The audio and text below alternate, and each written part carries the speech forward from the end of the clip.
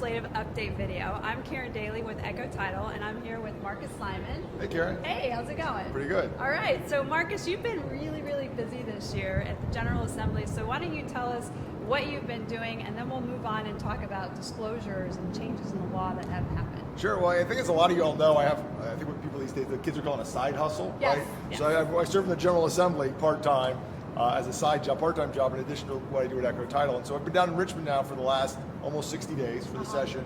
And this year, I've had the privilege to chair the General Law's Housing Subcommittee. So that's the subcommittee where all the housing issues, landlord-tenant, disclosure issues, anything to do with realtors and real estate sales, all that comes through the Housing Subcommittee. I'm also on the Professions and Occupations Subcommittee. I don't chair it, but I'm on it. Gotcha. And that's where all your realtor licensing stuff comes through. So Okay. I've had a real opportunity to see up close and personal how this is all happening, and actually to guide and shape a lot of the legislation that's going to change the practice of real estate in the coming year.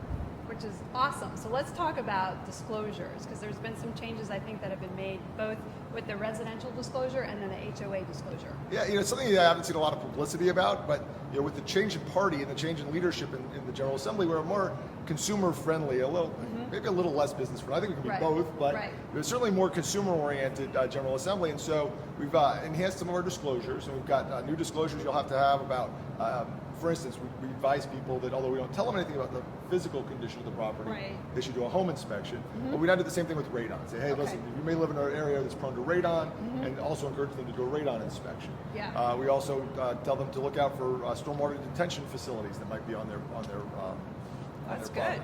property. But the good news is we've also, although we've added a couple, we took one away.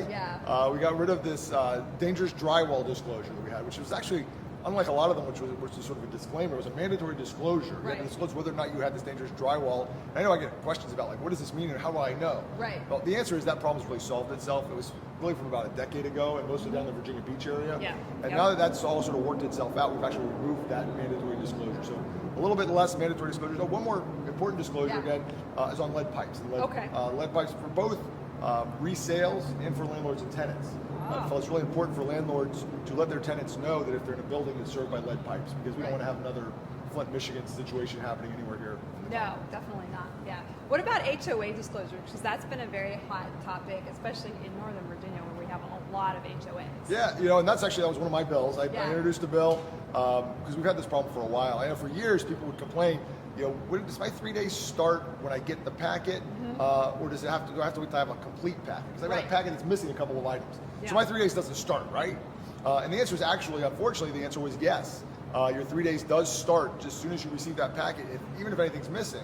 And courts have held consistently that your one remedy for receiving an incomplete package was to just void the contract. You don't like anything about your packet, including the fact that it's incomplete, you void within those first 3 days. Since that was a little surprising for folks, we wanted to actually put that in the code last year. We said, all right, this is what the courts have always said. Let's make sure it's really clear in the code, because we still have people argue about it. Right? So they're like, show me where it says that. Well, the court said it. So we put it in the code. Once we put it in the code, people saw it in black and white. They're like, well, wait a second. Do we really want that to be the policy? And so what we've actually done this year is we introduced legislation to expand your right to rescind to up to 7 days if you receive an incomplete package. So you can do that either by writing an addendum when you receive the package and realize it's missing something, or you can actually write right into the contract itself, hey, I'm going to want, if you don't deliver me a complete package, I will want that extra 4 days, get me to 7 to receive missing items.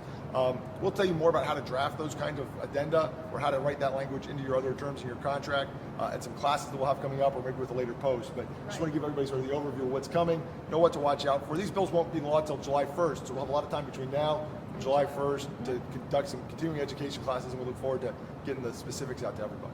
Awesome. So if you have any questions, feel free to post in the comments below. We can add that into our classes when we teach you, and we look forward to seeing you at the settlement table.